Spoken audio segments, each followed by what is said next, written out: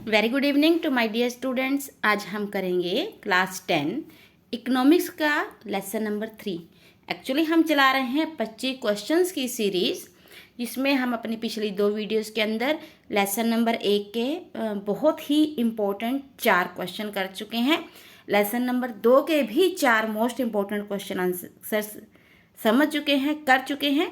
आज का वीडियो थोड़ा लंबा हो सकता है, परंतु आपको यहाँ से एक 5 मार्क्स का क्वेश्चन अवश्य आएगा। आज हम करेंगे लगभग 10-11 क्वेश्चन। ये 10-11 क्वेश्चन आपके लिए बहुत बहुत ज़्यादा इम्पोर्टेंट है। आपने इनको ध्यान से समझना है और करना है। तो आइए, हमारा जो लेसन है जिसका नाम है मुद्रा और साख, उसके बहुत इम्पोर्टेंट क्वेश्चन पूरे फुल स्कोरिंग, अगर आप ये क्वेश्चन ऐसे ही करते हैं तो आपको 6/6 मार्क्स मिलेंगे ही मिलेंगे। तो आइए शुरू करते हैं। पहला क्वेश्चन है, मुद्रा आवश्यकताओं के दोहरे संयोग की समस्या को किस तरह सुलझाती है, उदाहरण दें। देखिए, सबसे पहले समझना जरूरी है कि आवश्यकताओं का दोहरा संयोग क्या होता है।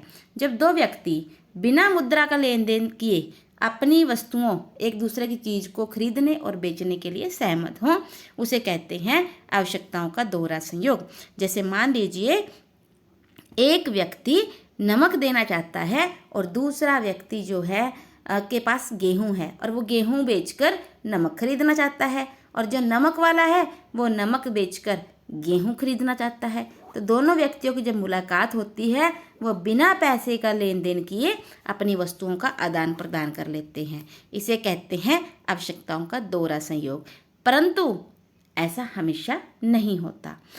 उदाहरण के जरिए समझते हैं आवश्यकताओं का दोहरा सहयोग क्या है। एक जूता निर्माता बाजार में जूता बेचकर गेहूं खरीदना चाहता है। जूता बनाने वाले को सबसे पहले ऐसे व्यक्ति को ढूंढना होगा जो गेहूं बेचने के लिए देने के लिए तैयार हो, साथ में ही जूता भी खरीदने के लिए तैयार हो। जब दोनों पक्ष एक दूसरे की वस्तुओं खरीदने और बेचने पर सहमति दे देते हैं तो वो अपनी वस्तु का आदान प्रदान कर लेते हैं। परंतु इस तरह के क्रय विक्रय से, यानी कि खरीद बेच से बहुत कठिनाई आती है। ऐसी सहमति वाले दो व्यक्ति बड़ी मुश्किल से ही मिल पाते हैं। हाँ, लेकिन अगर मुद्रा हो, अगर पैसा हो, तो नमक बेचने वाला अपना नमक देकर पैसे खरीद लेगा और फिर उस पैसे से, उस मुद्रा से जहाँ से चाहे वो गेहूं खरीद सकता है। और सेम ही ऐसा क्या होगा गेहूं वाले के साथ, वो अपनी गेहूं बेचकर पैसे ले लेगा और पैसे से कुछ भी खरीद लेगा। इसीलिए मुद्रा का प्रयोग शुरू हुआ। ऐसी अर्थव्यवस्था में मुद्रा के प्रयोग से ऐसी व्यवस्था में मुद्रा के प्रयोग से इस समस्या का उपाय किया जा सकता है। अब जूता निर्माता जूता बेचकर मुद्रा प्राप्त करेगा और फिर उस मुद्रा से गेहूं खरीद लेगा। इस प्रकार मुद्रा जो है मध्यवर्ती भूमिका, यानी कि बिचौलिए की भूमिका निभाती है और सबसे बड़ी बात, क्रय और विक्रय को आसान बना देती है। यहाँ पर आपके पास ये भी क्वेश्चन आ सकता है कि मुद्रा आवश्यकता के दोहरे सहयोग की समस्या को जो है सुलझाने से कौन सी चीज़ या कौन सा लाभ होता है। नंबर 1, क्रय और विक्रय आसान हो जाता है। दूसरा, मुद्रा मध्यवर्ती भूमिका प्रदान करती है। अब हमारा नेक्स्ट क्वेश्चन है कि मुद्रा क्या है। बहुत ज़्यादा इंपॉर्टेंट क्वेश्चन है ये। 3 और 2 नंबर वाले क्वेश्चंस में जरूर आता है। मुद्रा क्या है, मुद्रा के विभिन्न कार्य लिखिए। मुद्रा विनिमय का माध्यम है। पहली लाइन याद कीजिए मेरे साथ, मुद्रा विनिमय का माध्यम है। ये 1 में भी आता है, 2 में भी आता है, 3 में भी आता है। क्वेश्चन ज़्यादातर 1, 2 और 3 में आते हैं, लेकिन हमने इसको 6 क्वेश्चन मार्क्स के हिसाब से करवा दिया है। कहीं भी आ जाए, आपका नंबर ना कटें। तो सबसे पहले मुद्रा विनिमय का माध्यम है। मुद्रा के जरिए हम किसी भी वस्तु को आसानी से खरीद सकते हैं। सबसे पहले याद कीजिए, मुद्रा विनिमय का माध्यम है। याद कर लीजिए, बार बार दोहराइए, कम से कम 1 नंबर पक्का हो जाए। ठीक है। अब हम कार्यों की बात करते हैं। मुद्रा विनिमय के रूप में कार्य करती है। नंबर 2, आवश्यकताओं के दोहरे संयोग की समस्या को सुलझाती है। तीसरा, यह मूल्यों का संचय करती है। चौथा, मुद्रा ही वस्तुओं और सेवाओं के मूल्यों को मापने का वस्तुओं और सेवाओं के मूल्यों को मापने का मापदंड है। नेक्स्ट है, मुद्रा के जरिए उधार का भुगतान भविष्य में किया जाता है। व्यक्ति अपनी आमदनी का कुछ भाग बचत के रूप में रखता है। बचत या धन का संचय मुद्रा के रूप में किया जाता है, क्योंकि वस्तुओं के रूप में धन का संचय करना कठिन होता है। हम वस्तुओं के रूप में ये नहीं कह सकते कि मैंने 5 रुपये की गेहूँ जोड़ के रख ली, उसके बजाय 5 रुपये जमा करके रखने आसान होते हैं।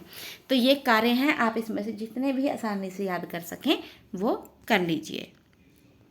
नेक्स्ट है बैंकों की भूमिका। देखिए, बैंक एक ऐसी संस्था है जो लाभ कमाने के उद्देश्य से किसी व्यक्ति से जमा स्वीकार करती है और आगे लोगों को ऋण दे देती है। अब बैंक लोगों से जो राशि लेता है उस पर वो जमाकर्ता को ब्याज भी देता है, और जिस व्यक्ति को ऋण देता है उससे ब्याज लेता है। मान लीजिए यहाँ पर 2 व्यक्ति हैं, सोहन और मोहन। ठीक है, सोहन के पास अपनी आमदनी जो है उसमें से खर्चा करने के बाद 100 रुपये बच जाते हैं और वो 100 रुपये बैंक में जमा करवाने जाता है। अब क्या होता है, ये बैंक है हमारे पास और यहाँ पर मोहन और यहाँ पर सोहन।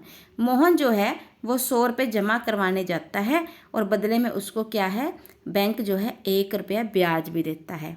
आगे बैंक ने सोहन को वही 100 रुपये दे दिए और ब्याज के लिए 3 रुपये। अब 3 में से 1 रुपया ब्याज मोहन को देने के बाद बैंक के पास क्या बच गया, 2 रुपये बच गए, और यही बैंक की आमदनी है। तो इस प्रकार से जिस व्यक्ति को ऋण देती है उससे ब्याज लेती है और जिसके पैसे जमा करती है उसे भी ब्याज देती है। लेकिन जैसे मान लीजिए मोहन से पैसे लिए थे, उसे 1 रुपया दिया, सोहन को पैसे दिए थे उससे 3 लिए, तो बैंक के पास कितने बच गए, 2 रुपये बच गए। तो वो क्या है, जो बचे हैं वही उसकी आमदनी है। अब कार्य नंबर 1, बैंक रुपयों का लेन देन करता है। बैंक लोगों से बचत के पैसे लेकर उनके पैसे को सुरक्षित बनाता है। तीसरा, बैंक सभी पैसे अपने पास नहीं रखता बल्कि एक बड़ा हिस्सा आरबीआई भारतीय राष्ट्रीय बैंक जो है हमारा, उसके पास जमा करवा देता है। रिजर्व बैंक ऑफ इंडिया 1935 में बना था। इसका हेडक्वार्टर बॉम्बे में है। इसके पास, ये सबसे बड़ा बैंक है भारत का, इसके पास जमा करवा देती है और अपने पास 15%, यानी कि मान लीजिए यदि बैंक के पास 100 रुपये आए, 100 में से उसने क्या किया, 85 रुपये बैंक आरबीआई में जमा करा दिए और 15 रुपये अपने पास रख लिए। क्यों रख लिए, मान लीजिए कोई निकलवाने आ जाता है तो थोड़े बहुत उसमें से देकर वो अपना काम चला सकता है, बल्कि इससे क्या है, पैसा सेव भी होता है, पैसा जो है आगे काम भी करता है, मनी बिगेट्स मनी के रूप में। उसके बाद है, बैंक अपनी जमा राशि को ऋण देने के लिए इस्तेमाल करता है। बैंक जमाकर्ता और कर्जदार के बीच मध्यस्थता का कार्य करता है। बैंक ये भी सुनिश्चित करता है कि ऋण अधिक से अधिक ग्रामीण और ज़रूरतमंद लोगों को मिले, और बैंक जो है आर्थिक विकास में भी बहुत ही महत्वपूर्ण योगदान निभाता है। चलिए अब बढ़ते हैं 12वें क्वेश्चन की ओर। ग्रामीण साख या ऋण क्या है, इसे कितने भागों में बांटा जा सकता है। देखिए, जो ग्रामीण बैंकों के द्वारा लोगों को लोन दिया जाता है, यानी कि जो पैसा ब्याज पर दिया जाता है, जो लोन दिया जाता है, जो ऋण दिया जाता है, उसे ग्रामीण साख बोलते हैं। सबसे पहले तो ये समझना बहुत ज़रूरी है, क्योंकि इसके बिना तो हम इस क्वेश्चन की ओर बढ़ ही नहीं पाएंगे। ग्रामीण साख मतलब ग्रामीण लोगों को बैंक के द्वारा, ग्रामीण बैंकों के द्वारा, सहकारी समितियों के द्वारा बहुत ही सस्ते ब्याज दर पर दिया जाने वाला ऋण, दिया जाने वाला लोन ग्रामीण साख कहलाता है। ठीक है, कृषि संबंधी आगतों मतलब खर्चों को या ज़रूरतों को या उसमें लगने वाली कॉस्ट को, जैसे कि दवाई, बीज, खाद, ठीक है, इन चीज़ों को खरीदने के लिए जो ऋण दिया जाता है किसानों को, उसे हम ग्रामीण साख कहते हैं। ये 3 भागों में बांटा जा सकता है, अल्पकालीन, मध्यकालीन, दीर्घकालीन। अल्पकालीन में क्या है, किसान खाद, बीज, मजदूरों की मजदूरी, फसल पकने तक परिवार का खर्चा चलाने का जैसे चीज़ों के लिए से खर्चता है इस पैसे को। इसका भुगतान 3 महीने में किया जाता है। फिर है मध्यकालीन, इसकी अवधि 15 महीने से 5 वर्ष तक की होती है। ये ऋण पशु, औजार, छोटे मोटे कृषि सुधार के लिए किया जाता है।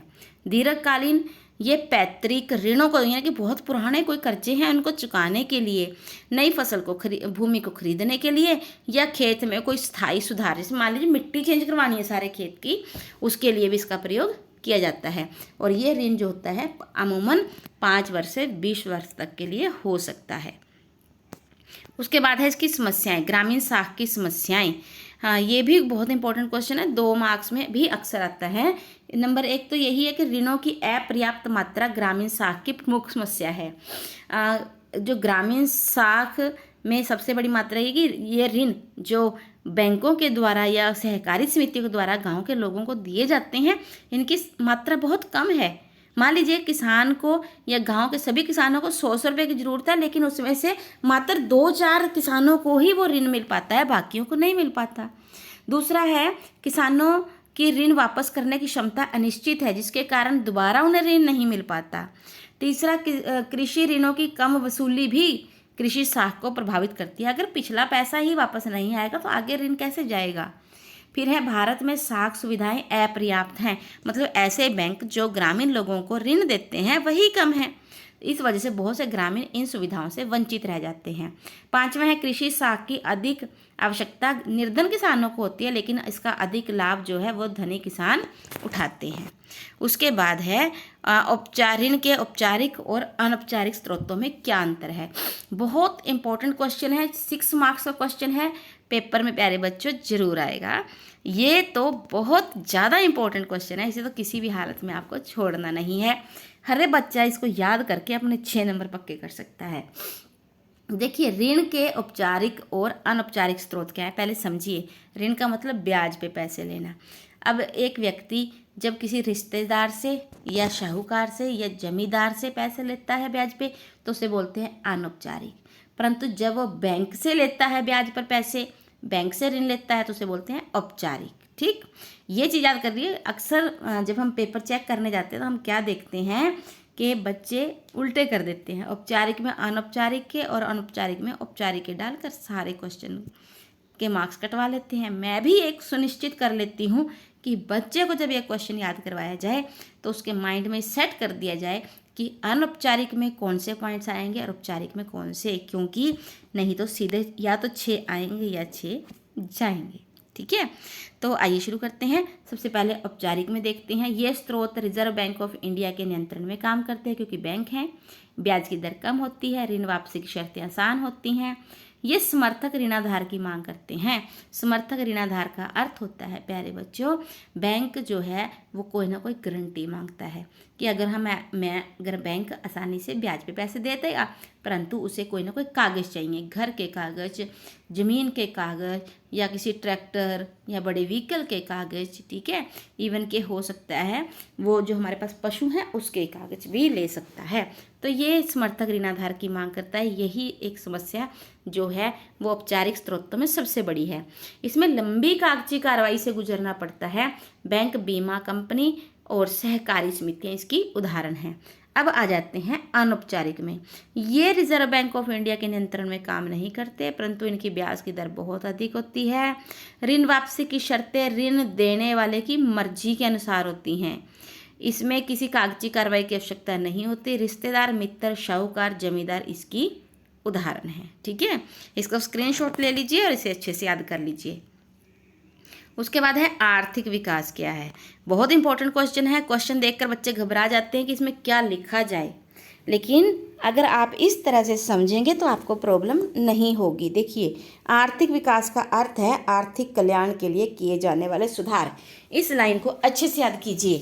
आर्थिक विकास का क्या अर्थ है? आर्थिक कल्याण के लिए किए जाने वाले सुधार। अब इसमें दूसरा पॉइंट क्या है कि ये अल्प विकसित अर्थव्यवस्था से संबंधित है, यानी कि जिन देशों की आमदनी अधिक नहीं है, ये आर्थिक विकास शब्द उनसे जुड़ा है। तीसरा है आर्थिक विकास में सुधार उन लोगों के लिए किए जाते हैं जिनकी आमदनी या आय बहुत ही कम होती है। चौथा पॉइंट है इसके द्वारा निर्धनता, अशिक्षा, बीमारी और जल्दी मृत्यु जैसी बुराइयों को दूर किया जाता है। यानी कि क्योंकि ये गरीब लोगों के कल्याण के लिए हैं, इसीलिए निर्धनता और अशिक्षा शब्द को जोड़ा गया है। किसी भी लोकतांत्रिक देश में आर्थिक विकास का होना अति आवश्यक है, क्योंकि यही एकमात्र साधन है जिसके द्वारा समाज में समानता को बढ़ावा दिया जा सकता है। नेक्स्ट मोस्ट इम्पॉर्टेंट क्वेश्चन जो है वो है खुली और छिपी बेरोजगारी। बहुत इंपॉर्टेंट क्वेश्चन है, ये भी 6 नंबर का ही आता है प्यारे बच्चों, आपको इसे बहुत अच्छे ढंग से करना है।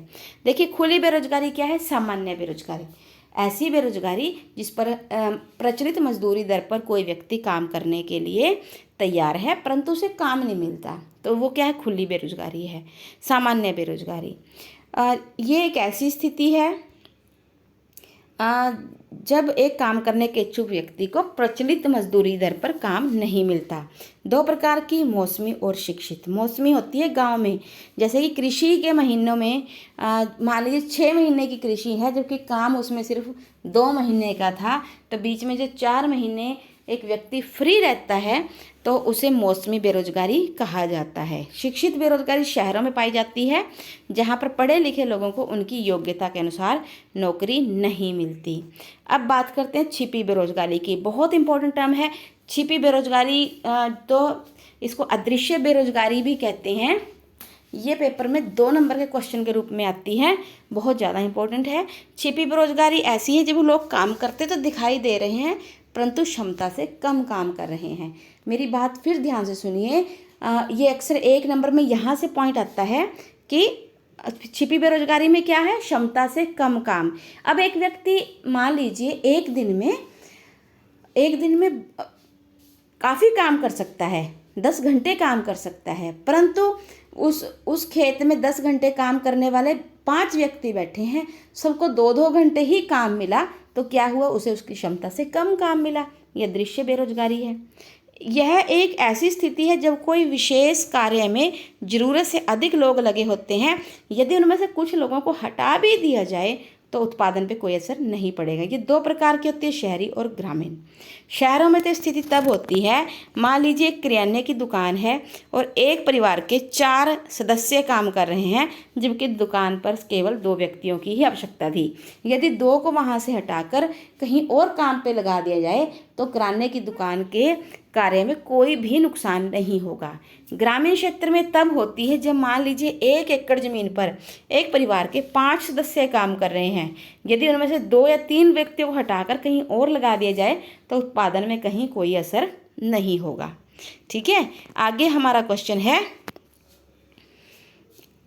चेक क्या है, उसका भुगतान कैसे किया जाता है। ये बहुत ज़्यादा इंपॉर्टेंट टर्म है। चेक एक ऐसा कागज़ है, देखिए ये चेक तो वैसे सभी ने देखा है लेकिन हमें उसकी डेफिनेशन लिखनी है तो उसके हिसाब से हमें इसे समझना होगा।